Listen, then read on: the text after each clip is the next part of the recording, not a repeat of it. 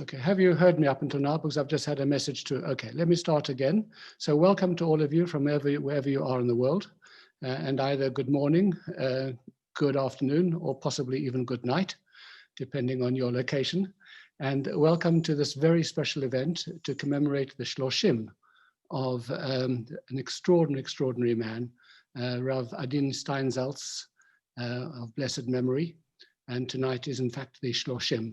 There are 4 partners for this event, and they are London School of Jewish Studies, LSJS, the United Synagogue, the Steinsaltz Center, and South Hampstead Synagogue as well. And a very big thank you, particularly to Rafi and to Jackie for instigating the program.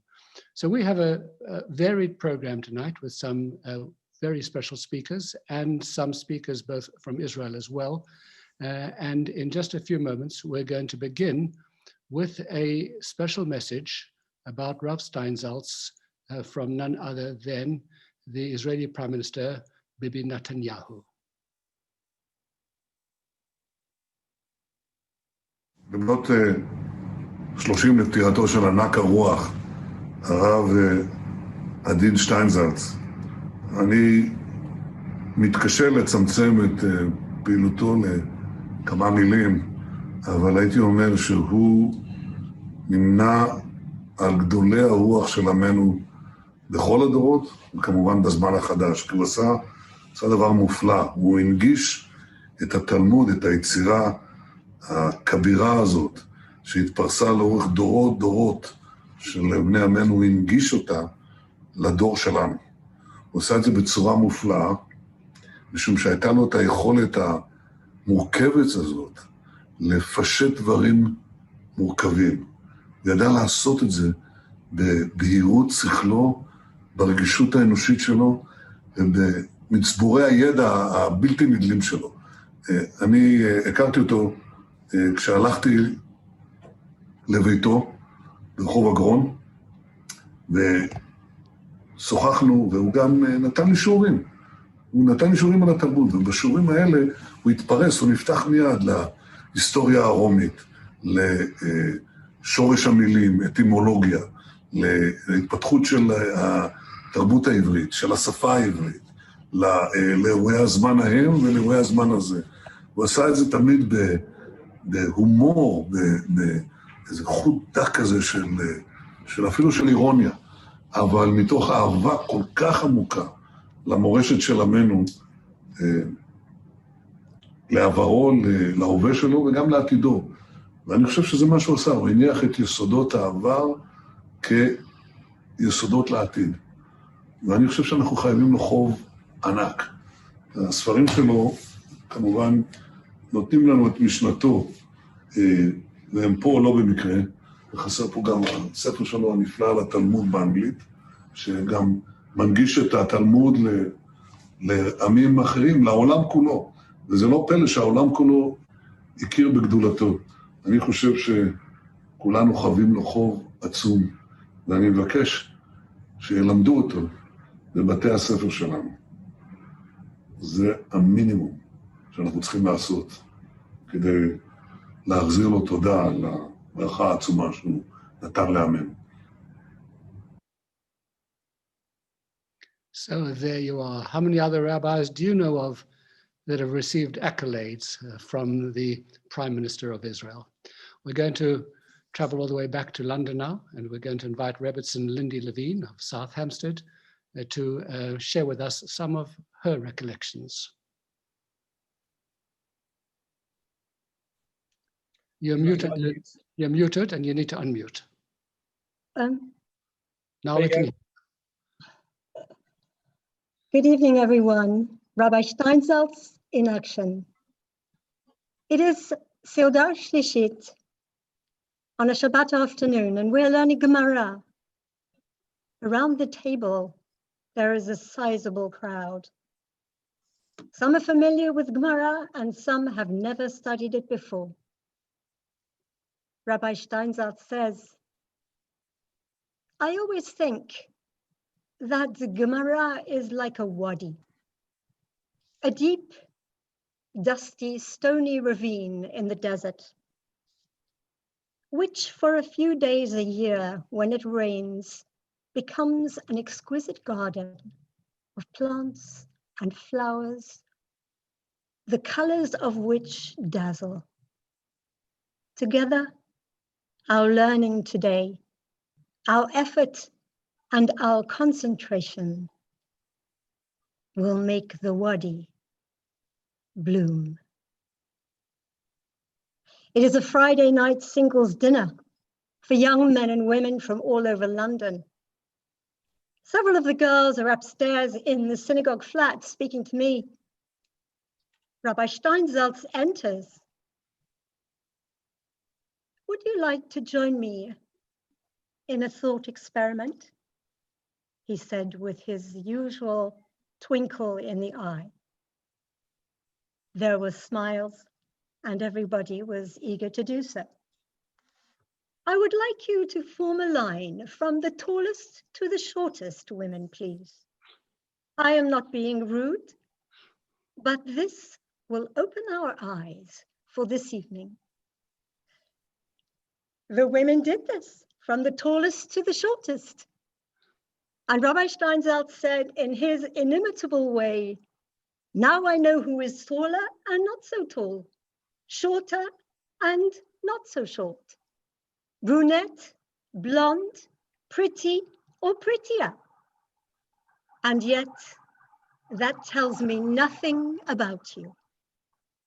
Your uniqueness lies within. It is your personality and your soul. Now go down and reveal some of that, and undoubtedly the evening will be a success. One of the young women said, I think the men need to hear that. He said, don't worry, I've already told them. Last, and very quickly, during the writing of my doctoral thesis, I had several wonderful conversations with Rabbi Steinsaltz, one of which was about some complicated idea between other and otherness. And we had a long, long talk, at the end of which he said, these are other people's ideas. We need to be certain of what our ideas are. Never let the tail wag the dog. Rabbi Adin, you are in Gan Eden, and we are here on earth, and you have left us with your manuscripts, your words, and your wisdom. And for this, we thank you and will forever be connected with you. May your memory be for a blessing. What beautiful words. Thank you so much. We turn now to a person who's going to be well known.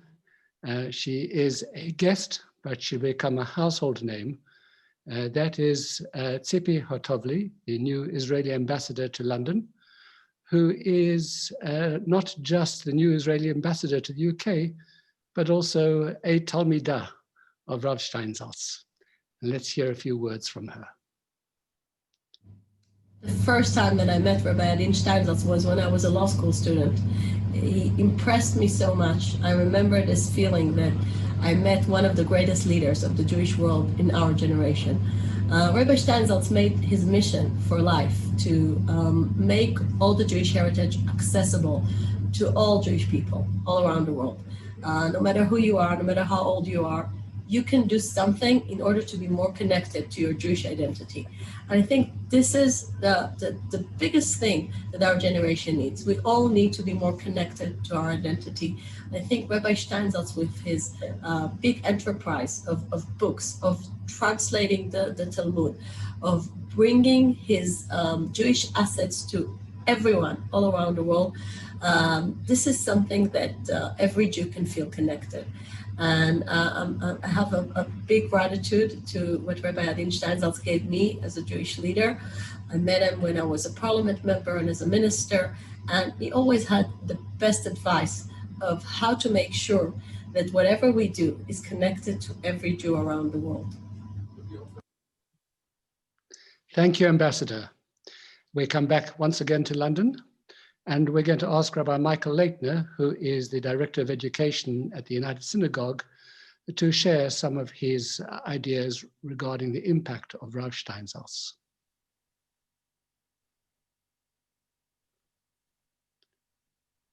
You're muted, Michael. Okay, you're unmuted now. We heard you.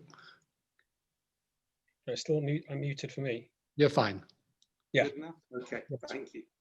Thank you very much, Rabbi Shlomo, and also to Rabbi Zarum as well for organizing this event and providing this opportunity for us to mark the Shloshim. I first came across Rav Steinsaltz through his writings, particularly the Essential Talmud, which was really helpful to me when I was first in yeshiva. But I only met Rav Steinsaltz in a meaningful way in terms of conversations when I was fortunate enough to work alongside Rabbi Shlomo and Rabbi Lindy in South Hampstead Shul for several years. And Rav Steinsaltz taught me some very significant things, which I'd like to try as briefly as I can to share with you this evening.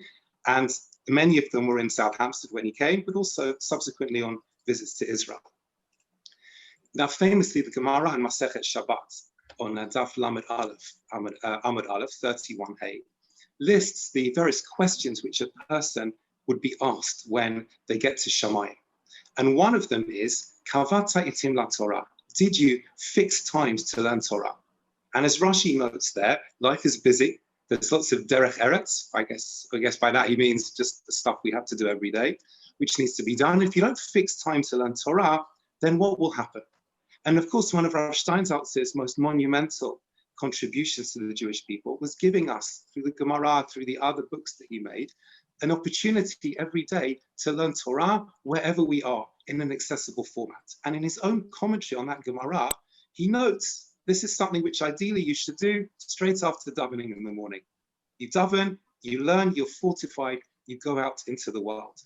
And this is the kind of kaviyut which Rav Steinsaltz provided, which I have benefited from enormously from his works and from his teachings, and I'm sure many others have as well. There's another form of kaviyut, of things being fixed, though, which Rav Steinsaltz teaches us about, and it's a very different one. The Mishnah in Pirkei Avot in the second chapter, in the name of Rabbi Shimon, says we should not make our tefillah, our prayer, something which is keva, something which is fixed, but instead asking for mercies and supplications before God. Why would this be the case? Every day we have fixed prayers. What is the Mishnah trying to teach us? And Rav Steinsaltz gives something which I found to be a very beautiful, impactful, and meaningful answer. And I think what is probably, for me at least, my favorite work of his. It's one which Rav Meni very kindly gave to me called Arba'a Sha'arim. And it's a book which I suppose, if anyone could write it, would only be Rav Steinsaltz.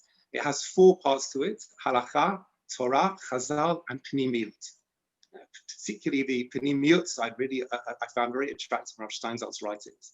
And it's all the kind of things which you would want a Jew to know about and to think about on a regular basis, combined into this 4-part book. And on this particular question, Rav Steinsaltz quotes the Sokachova Rebbe, Rav Avraham Bornstein, who says there's tefillah which comes from the heart, and it's something which is very, very profound within us. And there is tefillah which comes from the brain. He says the tefillah, the regular tefillah, which is the fixed one we have to do every day, is part of our obligations, and that comes from the brain. But the prayers which come from the heart are the ones which somehow refresh what we feel every day. They're the ones that think about our specific situation. Whereas the tefillot from the brain are the ones which remind us of what we need to pray for every day, remind us of what it means to be a Jew. This is the function of our tefillot. The tefillot that come from the heart speak to our particular situation and a particular context we are in. And this I learned from Rav Steinsaltz, not just through his writings, but through his example as well. I remember in South Hampstead, on one particular occasion, someone was giving me a hard time about the meanings of particular words in Hebrew. So one of them was para. So I said to Rabbi Steinsaltz, and I was walking in the along Eaton Road with him. I said, Kavod Rav, he gave me a look for calling him that, but nonetheless, I called him that. I said, someone is really giving me a hard time about this, and I'm researching this and I can't find an answer. What do you think I should say? So he looked at me with that twinkle in his eye that Roberts and Lindy spoke about and said, I can find a route in 6 languages, but I think Serbo-Croat is the one you should tell it. So I went back to shul the next day and I said, it's Serbo-Croat. And the person said, really? I said, Rav Steinsaltz told me that, and I'm not arguing with him about it. But he then subsequently gave me his own thoughts on this particular question. And it was wonderful to hear from someone with such an amazing grasp, not just of Jewish knowledge, but of languages as well. On another occasion, he tried to help me when I was dating. He said, you haven't got married yet? Come to New York. I'll take you to New York. You'll be okay. I'm going to look after you. And I was struck by the fact that here was someone with all of the responsibilities he had on his shoulder, who not only gave up on his own learning so he could teach others and research books to help others learn by themselves, but also would even look at a regular guy in the street and nothing like me and say, I'll give you time. I'll come and help you, whether it's intellectually or just with your life. And here was somebody who, going back to the idea of kviyut, I think understood the kviyut of what Torah learning means and how to apply it to a person, to make sure that we are people who are mevakesh rachamanim v'tachnunim before HaKadosh Baruch Hu, and apply those to others as well. So I'm enormously grateful to HaKadosh Baruch Hu for the privilege to have learned from such a person. And we should say Todah Lecha Hashem for the opportunity to have had such a person in our generation. We wish the family nechama, of course, and all we can say is, Yehi Zichro Baruch, may the Rav's memory continue to be for a blessing. Thank you, Michael, for those lovely memories as well. And we turn now to Rabbi Jason Rappoport. He is the managing editor of English publications for Shefa. Shefa is the umbrella organization for all of Rav Steinsaltz institutes. So Jason, Rabbi Jason, tell us something about the breadth and the scale of this extraordinary man's writings and what's available to us in English. You're muted at the moment. Right. Are we live? Yes. So as Rabbi Levin said, I'm the managing editor of Steinsaltz Translations. And as many of you will probably know, that comprises the Steinsaltz commentary on the Talmud. In English, that's the Noe Koran Talmud Bavli. Some of you also have seen the Steinsaltz Chumash, which is part of the 3-volume Steinsaltz Tanakh, which came out recently. In progress are a translation of the very popular Hebrew multi-volume Tanya commentary, working on that now. The volume should start coming out soon. For the next few years, we will hopefully complete the whole project. It'll be something like 8 volumes in English. And the book that Rav Laitner just referred to actually is going to be published in English hopefully sometime this year. And you'll be able to find that, of course, on the Steinsaltz or Koran websites or at your local Jewish bookstore also. We're also working on a full translation of the Rav Steinsaltz commentary on Talmud in French. I'm actually involved with that as well. The French is coming mainly from other people, not from me, but that's something we're working on right now as well. Just quickly tell you before we go into some anecdotes about Rav Steinsaltz. We are planning to translate, there's a Hebrew commentary on the Mishnah, which will be coming out soon. And the Rambam Hebrew commentary has been out already for a while. We are planning for and hoping very much to translate those 2 monumental works of commentary into English as well soon. I want to say, to preface what I want to say, by one little, maybe even cheeky comment from the Rav. I heard him say this more than once. It was almost like a theme for him. And it means much more than it sounds. What's the comment? He said in his gruff kind of way, I want to take away people's excuse for not learning. Now that he undoubtedly wanted to do. But what he really wanted to do was bring everybody into the great conversation that is Jewish tradition and Jewish learning. And by bringing them into that conversation, not at all to dictate to them what they might think or what they might say once they join that conversation. Rav Meni is going to be on video later on, reading Rav Steinsaltz's last letter addressed to his family, students, and really everybody. One quote from there, which I'm going to share with you now. He said, this is the translation, he said it in Hebrew, continue to do things that strengthen the connection between all of the following: the God of Israel, the people of Israel, the world in its entirety, and the Torah. Now that sounds very lofty and maybe even unattainable, but that is in fact exactly what Rav Steinsaltz actually did himself. And I emphasize the phrase, the world in its entirety. We already heard a few anecdotes from previous speakers about how Rav Steinsaltz was so engaged with, obviously, Torah, the whole deep world of Torah, but also the wide world beyond, intellectually, culturally, really in every way.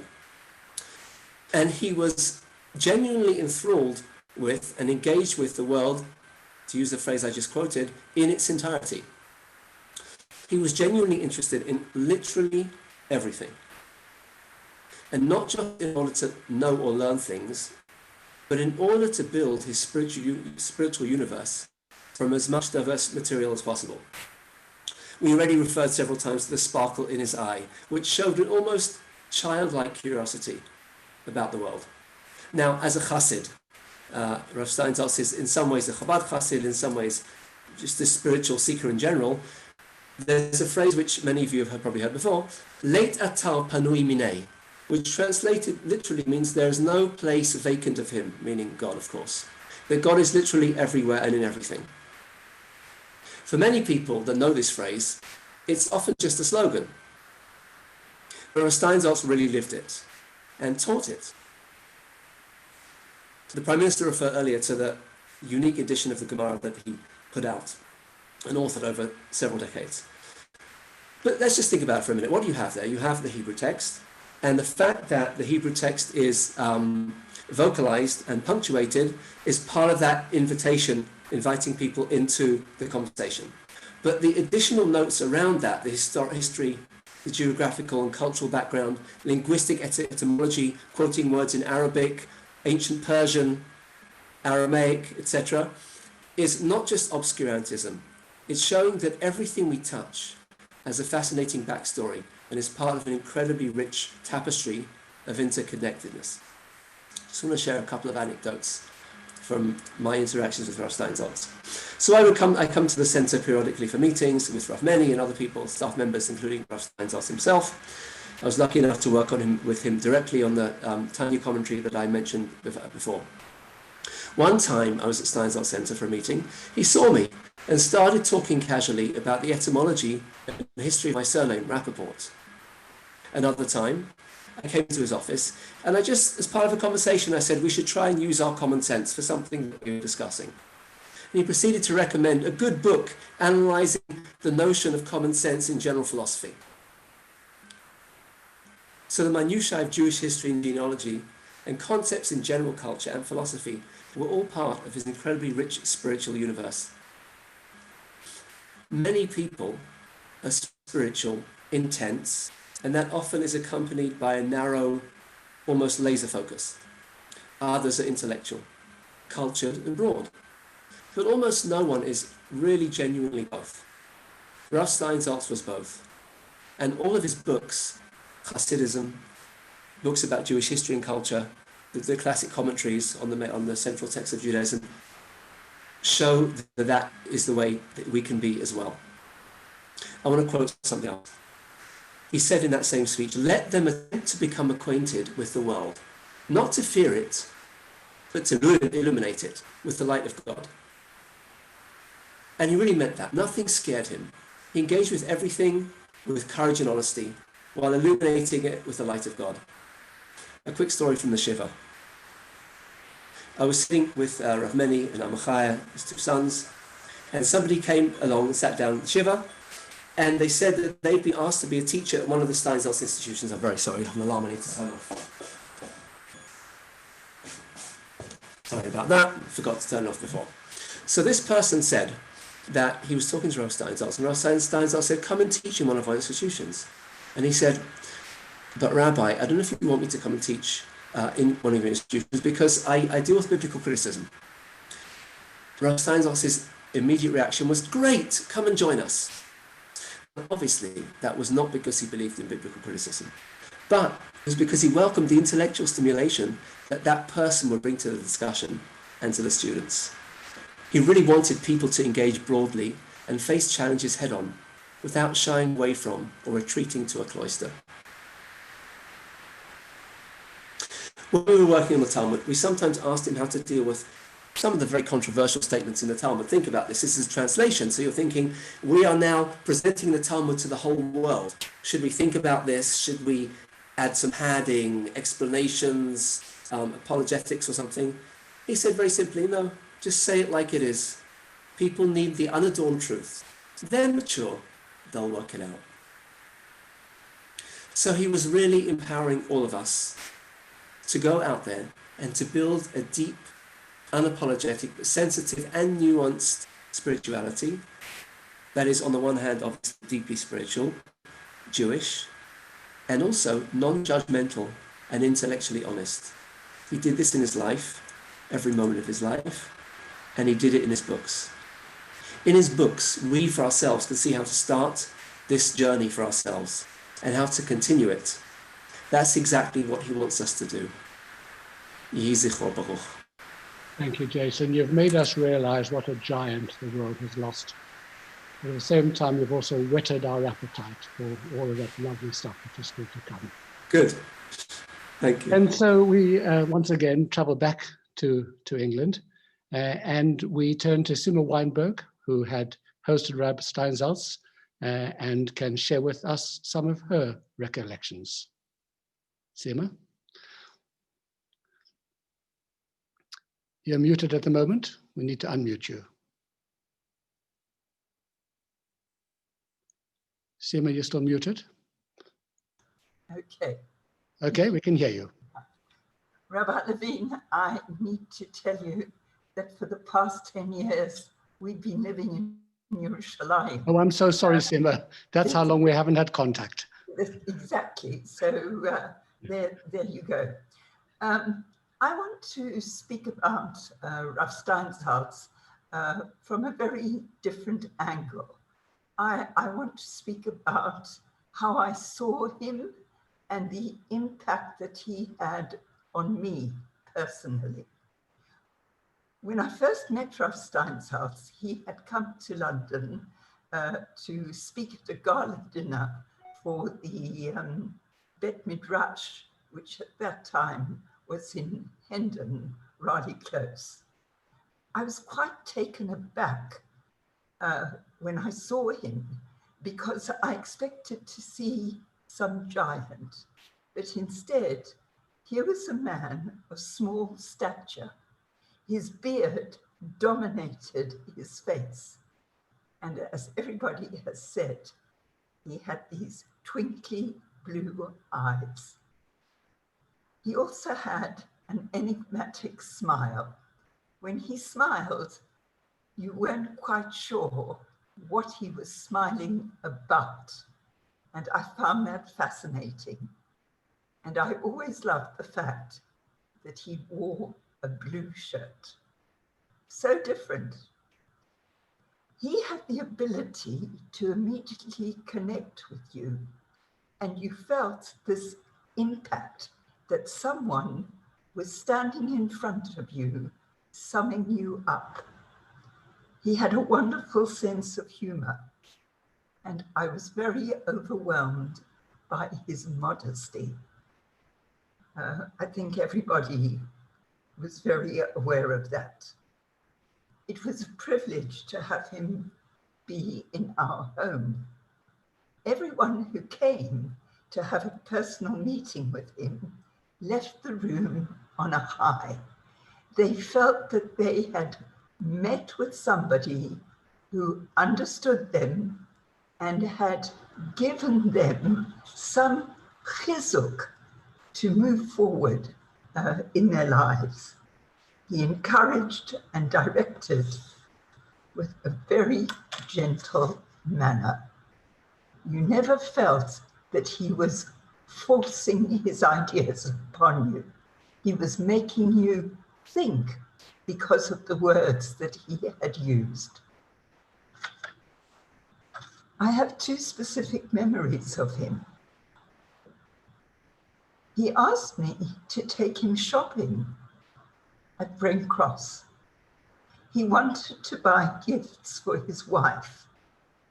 I couldn't believe that I was accompanying this giant of a rabbi on a shopping spree. He knew what he wanted, he knew what he was looking for, and he had a discerning eye and very good taste.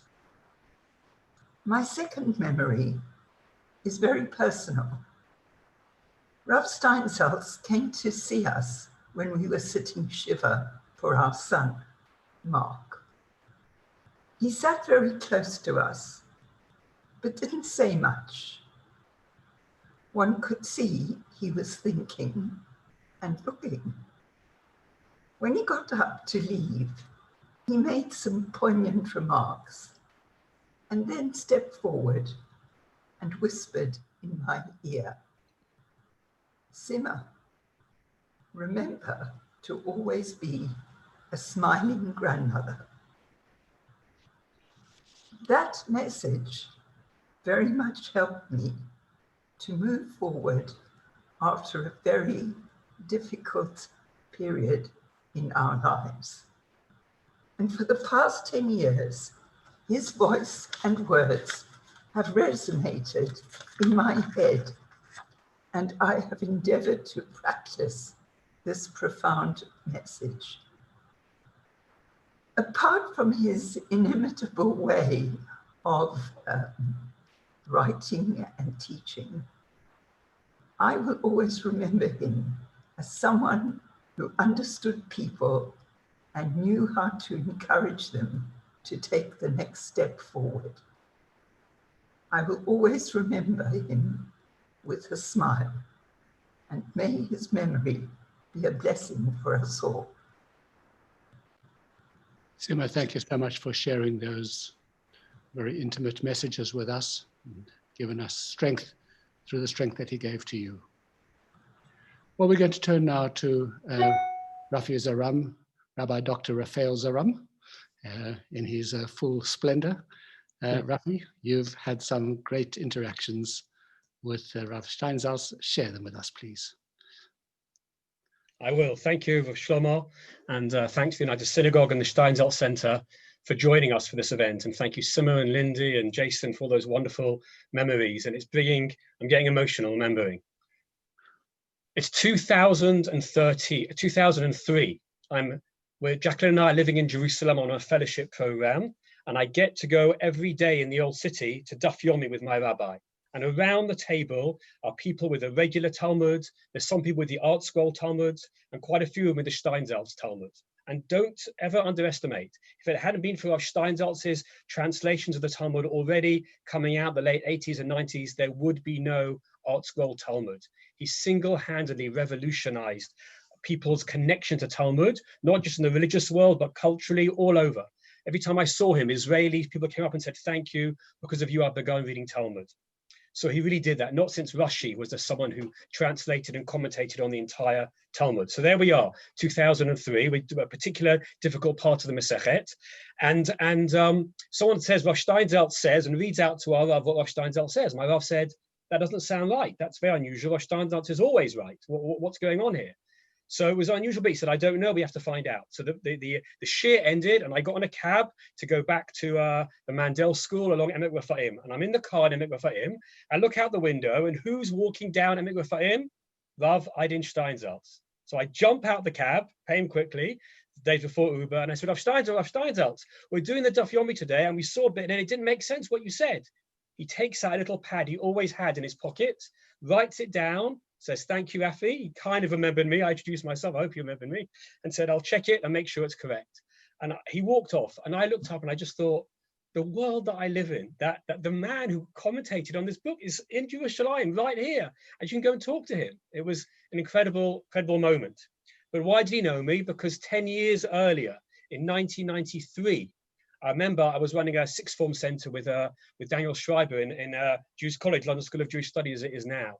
And he came to talk to the sixth formers, right? It was a Sunday morning. It was always very hard when these big rabbis came in. Would they take him seriously? Right? They'd all sit and chat. So he walked in quietly. This is 1993, the time someone mentioned he came to London. And he walks in, he said, have you got a pen? And he went on the blackboard and he spent a minute drawing the most beautiful and cute little cat. And the entire room went silent. So by the time he turned around and began speaking to them, they were all interested, what's this rabbi going to say? That's what he was like. But the story I'm going to tell, and maybe it'll end my career, but Shlomo and I said I should tell it, is this. It's really close to Seudah Shlishit. And he gets up to speak, and he's very naughty. And this is why I fell in love with him in 1993. Because he starts talking about, unfortunately, the growth of suicide in society and the problems of people not valuing their lives. And he talks about different forms of suicide. And I'm thinking, where's he going? And then he talks about that one way of doing it, it's very sad, that someone can go in a hot bath and slit their wrist. It's a very horrible thing to do. And gradually the blood comes out and they lose consciousness. They go into a coma and then pass away. And he said that people do that because it hurts the least. And he paused and he said, and you know, that reminds me of Anglo Jewry in a coma. And the entire place went crazy. What are you saying? How dare you? And I was at the back thinking, finally, someone willing to challenge us. He said, wake up. You're asleep. What are you doing? You just going along to these old traditions? What are you doing? Wake up. And he was willing to take that risk. People agreed with him that evening. They just agreed. But they all remembered. We flick forward now to 2013 when I'm running LSJS, as I am now right here. And he comes to visit. And I'm nervous because I know he always thinks we're, you know, half asleep Anglo Jewry. And he walks into the college and I show him around. And I said, we're trying, Rav Steinsaltz, we're trying. And he says, you know, Rafi, he says, even in a coma, sometimes people have fits of semi-consciousness. And maybe LSJS right now is one of those maybe moments of semi-consciousness. And I had a big grin, thank God. For him, that was a great compliment, that maybe we're half awake as a result. This man influenced me in so many ways. And Shlomo and I decided that I'll just mention 3 books that I basically want you to buy. One in Kabbalah, one in Tanakh, in Bible, and one in Torah. The first one, in terms of Kabbalah, this book, it's called The 13 Petaled Rose. That's one version of it. It's just come out more recently as well. The 13 Petaled Rose, in a very thin book of less than 200 pages, he summarizes what is Jewish mysticism. And he makes it sensible and reasonable. You can follow and understand it. And it's very special. I've quoted it in this little booklet that I've done for Rosh Hashanah this year. And he says we have to move beyond this normal world. He says it takes both time and considerable introspection to get beyond the elaborate mental constructions, the words, the ideas divided by everyone. You have to get beyond them. So this book, The 13 Petaled Rose, and he explains the title at the beginning, really will help you as a basic book. It's a discourse on the essence of Jewish belief existence, but it's really, I think, about Kabbalah mysticism. And it's a brilliant summary of the subject. The second book that was transformative was one called Biblical Images. There's many versions of it. I've got the purple one at home. What was Biblical Images? It started off with his speeches on Israeli radio. And he basically took the characters of Torah and just analyzed them psychologically as if they're lying on a sofa. But what were they like as people? And some people were upset with him saying that because instead of seeing these as otherworldly, brilliant rabbanim who you couldn't relate to, they suddenly became real and alive. He talked about the difficulty of Isaac being a continuer. How do you continue what your father began? Abraham was Abraham. He began this whole new faith, returned to God. And Isaac had to continue. He had to dig the wells that his father had dug. He had to do the same things that his father did. And what is it like to be a continuer? It was an incredible series of radio shows turned into a book, Biblical Images. Go onto Google or Amazon, type in Steinsaltz Biblical Images and buy it. It brings them to life beautifully. And the third book is his now commentary on the Torah, a modern commentary. You might have your Steinsaltz, you might have your Art Scroll or your Hertz, and please God, in 5-6 years we'll have our Rabbi Sachs. But in the meanwhile, get your Steinsaltz Torah. It's got pictures, it's got explanations of key words. It's a really good commentary on the Torah. So those are 3 books that I suggest that you get. Number 1, The 13 Petaled Rose. Number 2, Biblical Images, and number 2 is commentary on the Torah. And I understand he's got one on the whole Tanakh now as well. So Rav Steinsaltz should have a few books in your library, and he should be part of your world. May his memory be a blessing. People will be learning his books and his ideas for many years to come. Thank you. Thank you, Rafi. That is great. Well, just before we move to our next speaker, I just want to come back to Syma and Rav Steinsaltz's blue shirt, because he was actually hauled up before one of the great Hasidic Rebbes. I believe it was the Gerer Rebbe who summoned him and told him that it was inappropriate for a person of his stature to be wearing a blue shirt. And he said to the Rebbe, tough, he said, that's who I am. Which was just great. That was him all over. Okay, so now we turn to Rabbi Lord Jonathan Sachs. This recording has a few seconds of silence to start with, so don't be disturbed. But this is Rabbi Sachs speaking about Rav Steinsaltz.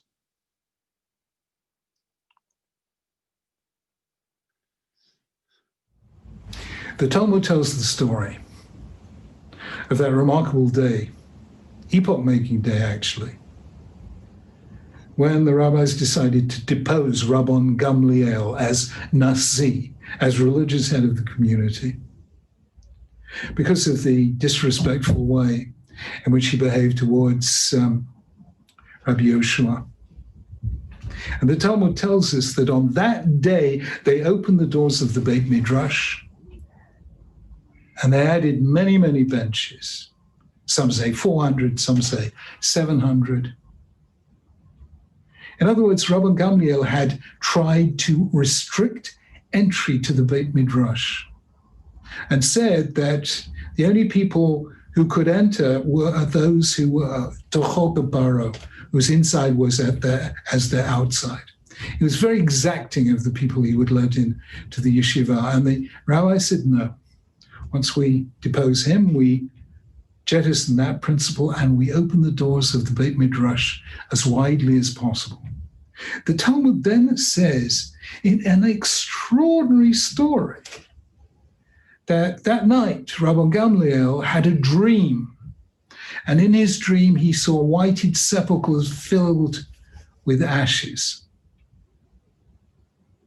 In other words, he saw in his dream that all those people with the nice outsides, the white exteriors, were in fact fully empty. There were just ashes. The dream seemed to support Rabban Gamliel's approach to admission to the Beit Midrash. And the Gemara says, Velohi, wasn't true at all. Heaven only showed him that dream, so he shouldn't be upset.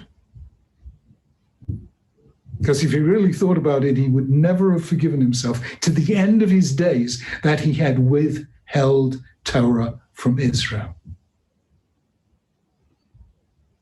So heaven put his mind at rest, but he was completely wrong.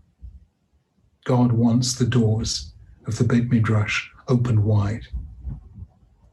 That was the extraordinary work done by the late Rabbi Adin Steinsaltz, Zechet Tzadik Livracha.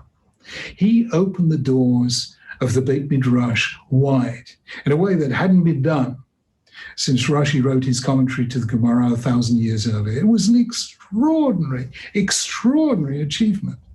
Before the Steinsaltz Gemara, you could not open a Gemara and somehow hope to teach yourself what it meant. There was no way. But once the Steinsaltz Gemara was there, you could. The doors were opened wide, and Adin understood why. This was not a stray aspiration of his. He knew that the very essence of Judaism depends on the democratization of knowledge so that everyone in Judaism can say, not only do I keep the law, but I understand the law as well. Every Jew is encouraged to be a constitutional lawyer.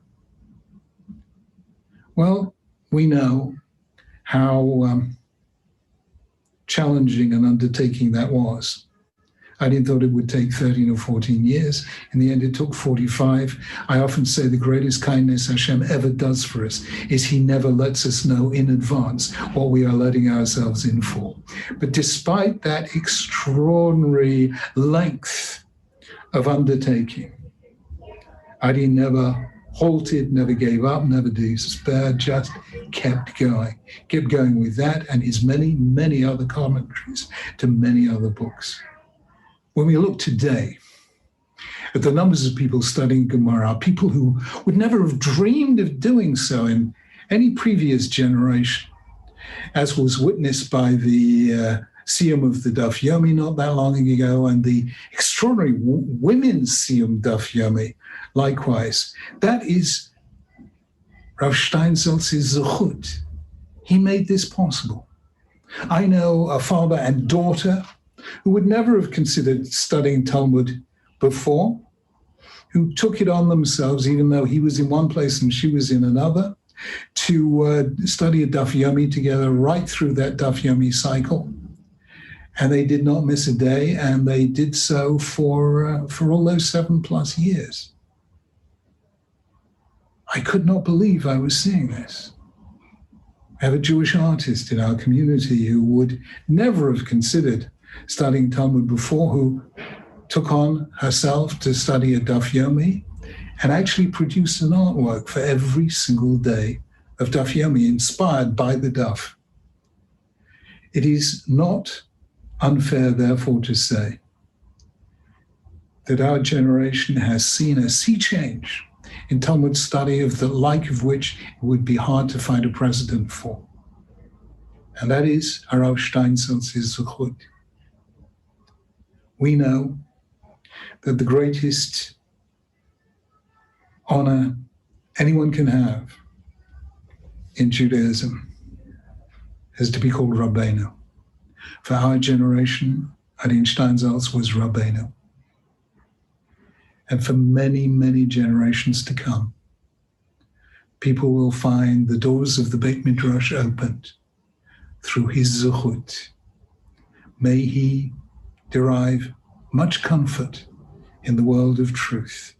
And may we continue to remember him with fondness, with great gratitude, and with great kavod. This was one of the great Jews of our time and all time. So Rav Steinsaltz writes that on one occasion he wrote to the Lubavitcher Rebbe of blessed memory and explained to him that he was involved in a number of different projects, all of which by themselves were absolutely full-time. And he asked the Rebbe to assist him in prioritizing which projects he should continue to work on and which ones he felt that he could put to one side for the moment. And the Rebbe answered to him, you should continue with all the projects that you're involved with, and you should add a few more. I used to hear from Thomas Nissel of blessed memory that he would walk into the Rav's study at early in the morning at 6 o'clock, and the Rav's pipe was still warm because he had only just left. Sami Rubin, entrepreneur, teacher, and longtime Talmid of Rav Steinsaltz. You saw him in the last weeks of his life. Please share some of your recollections. Thank you. I was indeed really fortunate to spend the last 6 months here in Yerushalayim. And as Raphael and as Syma said, back in 1993, when we brought Rabbi Steinsaltz over as a guest speaker, when we set up the Bet Midrash, I was then introduced to Rav Steinsaltz for the first time. And at that time, I had many rabbis, but Rabbi Steinsaltz became my Rebbe. He accompanied me the last close to 30 years. I remained close to him from that first visit. We had many conversations for sometimes hours at a time. I went through my ups and downs, and he was like an anchor for me, always guiding me higher, sometimes bringing me down to earth when I needed to be brought down to earth. But he was there as an anchor and as an inspiration throughout my life. He also participated in my family's simchas. He held my firstborn son at his bris when he was named. And when we spent some time in Yerushalayim, Rabbi Steinsaltz was our neighbor. So my family got to know him as just, in a way, a friend. He was always approachable, always so humble, down to earth. Who would have known that the great Rabbi Steinsaltz was just living around the corner? And the last 6 months, I found myself back in Yerushalayim, even though I was living in London at the time, but I came here just before Corona, and we ended up staying here as a family, and we've been here for the last 6 months. And I have to say, what a blessing. I will treasure these past 6 months. I'm feeling emotional as I think about it now. And the main reason why is because we had a minyan with Rabbi Steinsaltz. The students of Rabbi Steinsaltz set up a minyan for him just around the corner at the Nature Museum in the German colony, for those who know it. And every Friday night and every Shabbat morning, we prayed with the Rav. We stayed with the Rav after davening and we shared Torah. We danced with the Rav. Very unfortunately, you may know that 4 years ago, Rabbi Steinsaltz experienced a stroke, so he lost the power of speech. But yet he was fully aware. He was able, through his eyes and his presence, to make that connection. You always felt that he acknowledged you. And my wife, my children, whenever they would come and wish him Shabbat Shalom, he was always there acknowledging, and with his glint in his eyes, still smiling. That smile was there. I was very fortunate. We finished the Siyum of Brachot with my son. We finished the Daf Yomi, and we actually did the Siyum of the Brachot with Rabbi Steinsaltz there. I was just sort of overcome by emotion at the time, but it was a beautiful setting. And I just want to really bring forward just to the last Shabbat that he was with us. It was about just a week or so before he passed away. It was his last Shabbat in the Nature Museum, and it coincided with his 83rd birthday. And we prayed, we davened all together in the shul with nigunim, and at the end of the davening, we brought out a birthday cake for the Rav, and we danced around him. And then we went round, we had a circle, and we shared our own blessings to the Rav. And we were asked to go around and just say one thing that the rabbi did to impact our lives. And there was a man next to me who was a medical doctor. And he said, Rabbi Steinsaltz, without you, I would never have become a doctor. I was not sure, and you encouraged me, and it changed my life. Even though I had to study overseas, I'm now a doctor because of you. And we did the L'chaim. Then on my right, Rav Meir Hanegbi. Rav Meir Hanegbi was his editor for close to 35 years. They'd been learning, studying together for so many years, and he helped to edit the books, his books. And Rav Negbi said to him, Rabbi Steinsaltz, you taught me how to think for myself. Before I met you, I was often told I have to regurgitate. It's about just receiving wisdom, but I wasn't taught to think for myself. You taught me to come up with my own ideas, my own creativity, and to think for myself. And for that, I will always treasure you. And then when I gave my turn, I shared as follows, that Rabbi Steinsaltz, for me, and he always said this to me, he said, life is a ladder, which is mutzav arza, its root is in the ground, but it's rosho magia hashamayma, the head of the ladder is towards the heaven. This is the symbol of Jacob's ladder. And it says, each of us has to remember this. We have to be firmly planted in the ground, but we have to really have our heads towards heaven. He says there's so many people that get caught up just in their heads in the heaven, but they don't stay grounded. And there are those who are just caught up in the earth and so grounded, but yet don't have their heads in the heaven. And the art of being a Jew is to have both. Be grounded firmly in this world. And so he was. He knew so much, literature and science and everything in the world, politics. Ambassadors came to speak to him. So grounded, but yet his head was always in the heaven. And that for me will always be the lesson that he taught me, to be that ladder. May his memory be a blessing for all of us and for the whole world. Thank you, Sami, and we wish you many, many wonderful memories. And so it's time to hear Rav Steinsaltz's voice himself, to hear from him what he wanted to say to us. And therefore we turn now to his son, Rabbi Meni Eben Israel Steinsaltz, who's now the executive director of the Steinsaltz Center, who is going to share with us Rav Steinsaltz's words to us and to the world. He will eliminate death forever, and the Lord God will wipe tears from all faces. On behalf of my mother, my brother, my sister, the entire family, myself, the Steinsaltz Center, and the rabbi students. We would like to thank heartily to all those who show us tremendous amount of love, gave us condolences in these hard times, and all of you who joined today to commemorate 30 days since my father's departure.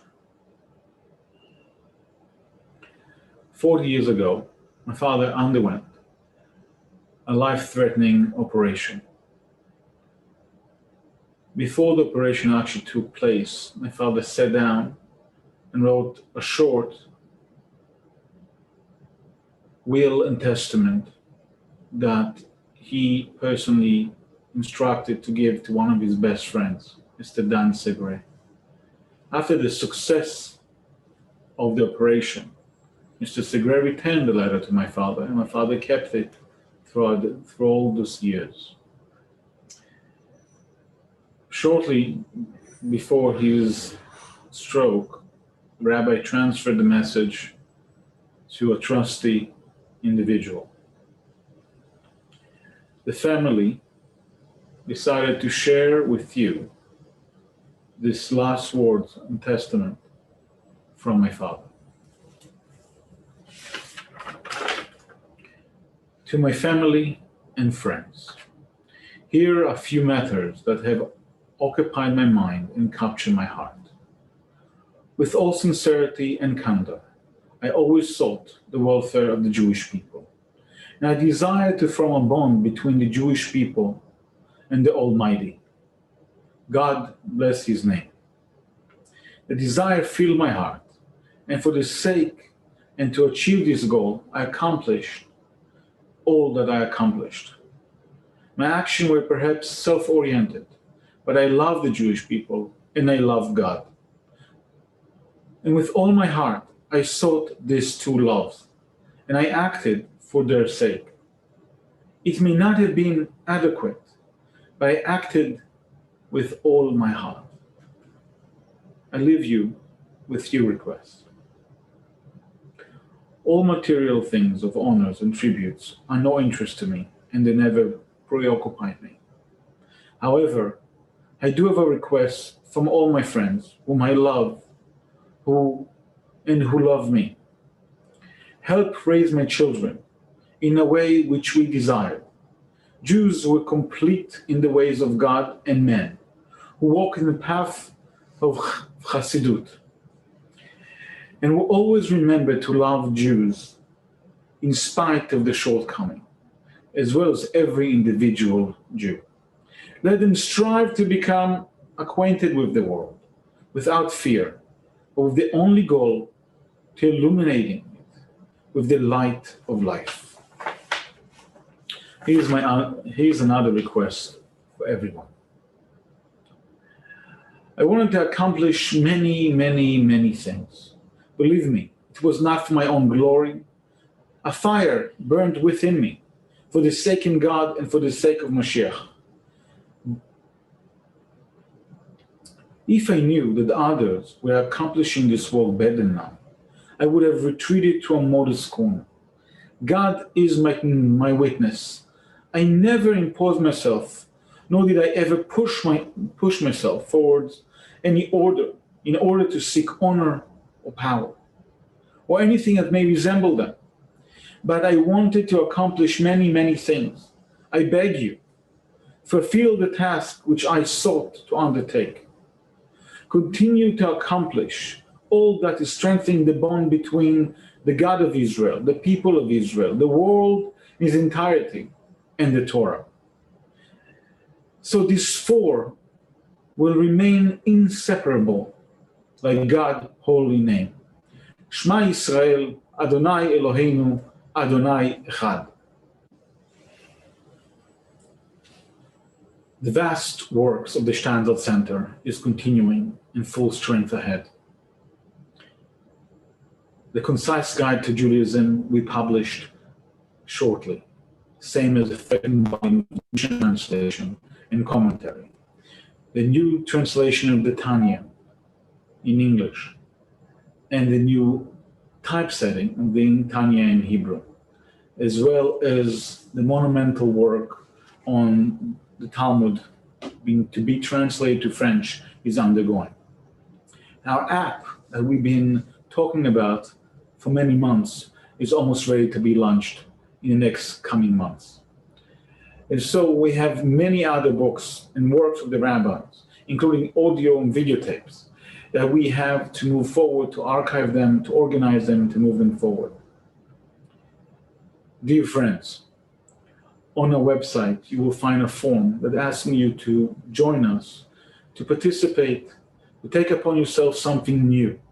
If it's a new commandment, a new mitzvah, a new action, maybe learning, or maybe just supporting the Steinsaltz Center and of course the Rabbi Institution. Please, friends, help us to move the Rabbi dream, what he wanted to accomplish, to bring the bond between those four things of God of Israel, the people of Israel, the world in its entirety, and the Torah. Thank you so much. Well, moving words that bring tears to the eyes. So that's our presentation for tonight. And after we've heard all of these beautiful and inspiring and moving and sad and uplifting words, I think we have to say a prayer of gratitude to Almighty that we have been privileged to live in the same world as Rav Steinsaltz, to be alive at the time that he was alive. In years to come, there'll be people who will study his works just as we study the works that have been mentioned several times tonight of Rashi and of other great sages, who for us are only just history. But Rav Steinsaltz for us is not history. He's part of our lives. We've been touched by him, every one of us, in some special way. And a little bit of him remains embedded inside of us. He made our lives brighter, more exciting, more challenging, and a lot less comfortable. The great thing for me about Adin was that he asked the questions that no other rabbi, no other commentary I've ever come across was prepared to ask. They're the questions actually that we all ask, and we have no one to give us the answers. And he articulated them and answered them. That's why he was so special. Thank you all for sharing this past hour with us. We're going to formally end this Zoom session, but please do remain on, and Rafi is going to take over from this point. And there'll be an opportunity for all of you people who are with us from all the different parts of the world to be able to share your recollections if you wish. And please, Rafi will tell you the best way to do that by just submitting your chats, and he'll pick them up, and we'll continue the session in a more informal way after this very special moment. So thank you for joining us.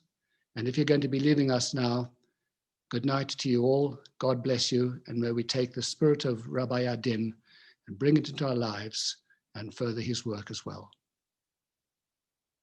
Rafi? Thank you. Thank you, Shlomo. Thank you so much for running that and making it so clear in your beautiful words at the end there that are moving us all.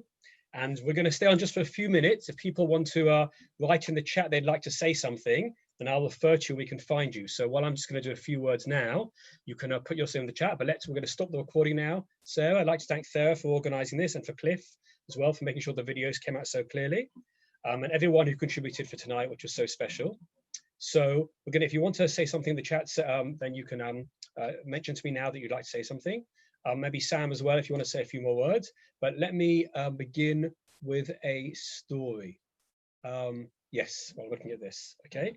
Let me begin with a story about one more, that when I first met Rav Steinsaltz. It was 1987, and I was beginning yeshiva, and he came to speak to us in the first week of yeshiva at HaKotel. And he was just like, this is 1987, so he's like, he's halfway through the Talmud. And it's a very famous Steinsaltz Talmud, we've all heard about this. And someone asked him, what's it like writing the Talmud? And he said, let me tell you a story. And he told a story that the Chofetz Chaim wrote a commentary on the Shulchan Aruch. It's called the Mishnah Berurah. And the Mishnah Berurah made it much easier to follow what the Shulchan Aruch was saying, so the Jew in the pew, if they could read Hebrew, could answer a question about what was going on and understanding what it was. And it took him 12 years, him and his son, working together to write this commentary on the Mishnah Berurah. And one night his wife comes in and they're working on just one line of the Mishnah Berurah, hours and hours. And his wife says, why are you spending all this time on just one line? So the Chofetz Chaim turned around and he said, let me tell you a story, okay? So this is a story that I was told by Steinsaltz, about a story of the Chofetz Chaim, a story that he tells his wife. He says, you know, when they built trains across Europe, their train tracks to expand the whole of Europe in the late Victorian era, they would have to try and do the most direct line as possible. But occasionally they would come to huge mountains. And what do you do when you come to a mountain? How do you get past a mountain? So his wife said, well, you can either go round it or you can go over it. And the Chofetz Chaim said, no, there's a third way.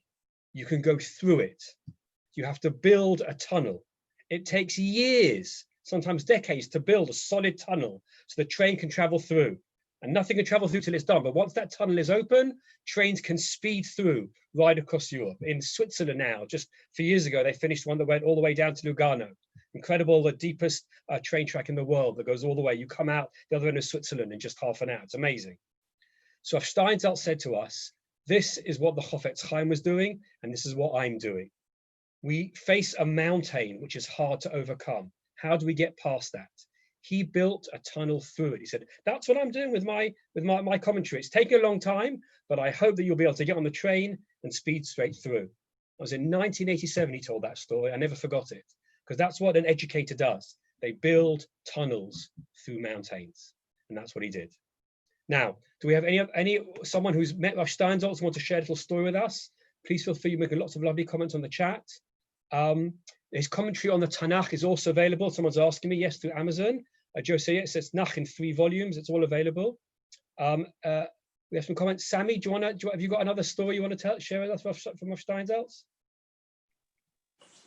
Yeah, sure. One of the things I loved about Rabbi Steinsaltz was his sense of humor. He just had the most fantastic sense of humor, and I think practically every time we spent time, I used to come away just laughing and laughing. And again, it just taught me how great people often, we have sort of in our minds a view of what is a great person, and very austere and very cerebral and maybe detached. And Rav Steinsaltz was absolutely the opposite. So like I said before, really down to earth, with a great sense of humor, with quite I wouldn't say naughty sense of humor, but there was often a real sting, and he had real there's creativity and push. The other thing, I was walking, in fact I'm going soon now, this evening we're all congregating back in the Nature Museum just to share stories like this. So this is a lovely introduction to that. And I was walking yesterday with Rav Meir Hanegbi, who I was saying is his editor, and we were just walking back, and I said to him, what was it like to work with him for 35 years, every day? What was it like? And he said, you know, people think about Gedolim that they've been blessed with some sort of divine inspiration, and obviously they have in some ways, but he says at the end of the day, he was the hardest worker he'd ever come across. He used to work hard. He was in there early in the morning till very late at night. We were talking about the pipes, the smell of pipe.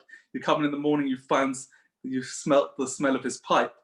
But he worked and he worked and he worked. And so again, it's just you great people. At the end of the day, they work hard. They put in the hours. And he was constantly pushing us to be building and to be building. I was very fortunate. One day I got a message that he invited me last minute to accompany him on a trip to Tbilisi, to Russia. I was living in Israel at the time, and they'd organized a private plane, and there was maybe about 8 or 10 of us that went on this plane to Russia. And we got to Russia, there was a red carpet waiting. And again, Rav Steinsaltz in his humility, he sort of didn't even notice the red carpet. They put on a whole concert for him, the government, and he sort of went through it, he sort of glided through it, but he was focused on his mission. And that was that late that evening, we brought into the shul in Russia. There were hundreds of people there on their feet. And he just gave an address for an hour, 2 hours, just talking to them. He had a Russian interpreter, and he spent so much time with the Jews of Russia. And he was absolutely enthused. He just wants to give and to give and to give. And he urged everyone just to keep giving and to keep building. And like Rav Shlomo said earlier, if somebody said, I just don't know what to do, I've got so much to do, he'll say, you need to take on more. That was Rav Steinsaltz's message to us, but always with a sense of humor and always with that twinkle in his eye. Thank you, Sami, so much for that, for those words. And if you get a chance, or people, Sami comes back to London, go and chat to Sami about Rav Steinsaltz. He has so many wonderful stories. Rav Steinsaltz always said, you know, why do we say to people, ad mer ve'esrim, may you live till 120? He said, so the 80-year-olds can't let up. It's to tell you, you know, it's the third period of your life, right? The third stage, you've got a lot to do if you live till 120, and that pushed us to always do more. So we're going to end this evening tonight. Just going to read out one more comment from Vivian Freeman, who said, in 1994, Michael brought the Steinsaltz back from the USA, introducing me to something as a woman no one had ever thought I could study. It changed my whole attitude to Jewish learning. It's an amazing thing for many women, as Syma was mentioned earlier, and as Rav Sachs mentioned, I think he was referring to my wife, Jacqueline, who learned Daf Yomi every day and did a drawing based on it, and learned the Steinsaltz Talmud. That's it gradually filled up our house at home. So, yes, sure. Julie's here. Can I just say one thing? Oh, please, Julie. Yes, I'm just. If you hang on one moment, Julie. So we found you. Good. Go, Julie. Julie. I just wanted to say one thing. I had the pleasure and the privilege with working with Rabbi Steinsaltz many years ago when he was setting up his British friends and Rabbi Adin Steinsaltz here, and going with him to the House of Lords and to Babri Amiel and Conrad Black, people like that. And what I wanted to say, because I was thinking about what Sami was saying about his humor, and what Syma was talking about his blue shirt, that his consistency, there's been a lot on the radio about code switching and people being slightly different in different environments, and his remarkable capacity just to be always himself, no matter who he was with, and not to be in awe and not to be cowed, and just to be himself, and how people responded to him and with him so wonderfully in all of those situations, irrespective of their backgrounds. So that's the thing that will stay with me always. Just the eyes and the blue shirt, and just being him. Thank you, Julie. I just wanted to say that because he never changed. I'm so glad you did, because that is the thing that came across so often with all of us. He treated all of us the same. There's no account of these things. He was just him, and the greatness was, in fact, once he was introduced, right? This big long speech of his introductions, and when he got up, he goes, I'm going to be a disappointment. That's the first thing he said, right? Because it can never be all these things. And he was just down to earth. And that's the teachers that we want, who can really relate to us. So I want to thank you all. There's events, for this Shloshim memory of Steinsaltz, there's an event in America in a few days. There's one in Italy as well. There's one in Israel. He really transformed the Jewish world. And Rav Shlomo was right. You know, he made a difference to so many of us. So hear the stories, share the stories, do more, as his son said. I mean, just to hear what he said in his final words that he wrote down in his kind of ethical will. I love the Jewish people and I love God. Just say that we should. I love the Jewish people and I love God. He just said it with an open heart. We should remember him and find some books to have on the shelves to buy for our children and grandchildren and friends, and that he should be part of our world for now and forever. So I wish you all wonderful memories of him, and to read and to learn. Preparing for Rosh Hashanah and Yom Kippur, I must just mention briefly at LSJS, next Sunday, we have a big learning day. All different kinds of people, nearly all of them who've learned from Rav Steinsaltz. Rav Sachs is going to be our keynote speaker, and we have the chief rabbi speaking as well, and Erica Bound from America, and Yael Ziegler from Jerusalem. And I'm speaking here, a shirim all day long, so book to sign up for that. And if you get the Jewish Chronicle, you got a mail out, you might have got our Beyonding booklet of how to pray at home this year. If you haven't got it, look on our website, you can get hold of one. And suggestions for songs as well that you can do to prepare yourselves to make this Rosh Hashanah, even if we're locked up at home a bit, Yom Kippur, meaningful and special. And as I say to the last words always to Rav Steinsaltz, that his memory should be a blessing. And the name Steinsaltz will be one that our children and our grandchildren know and say, oh yeah, who's this Rabbi Steinsaltz? And they'll open the book and they'll go to new worlds. Thank you so much. So we'll turn off the YouTube live.